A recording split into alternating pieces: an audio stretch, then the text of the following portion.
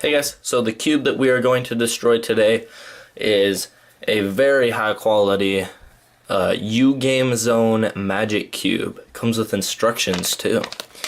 This cube was a whopping $125 at the Newfoundland dollar store. And as you can see, really high quality tiled puzzle we got here. Some sides don't even turn. Really great. I love the way that the tiles are all misplaced and chipped off. Really nice quality here. The cube is around 5.5 centimeters.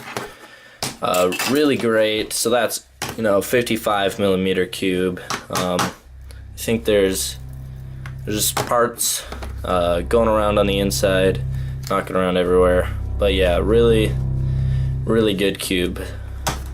So today what we're gonna do with it is, well, try and get it to turn for one, but we are going to destroy it with a snowblower.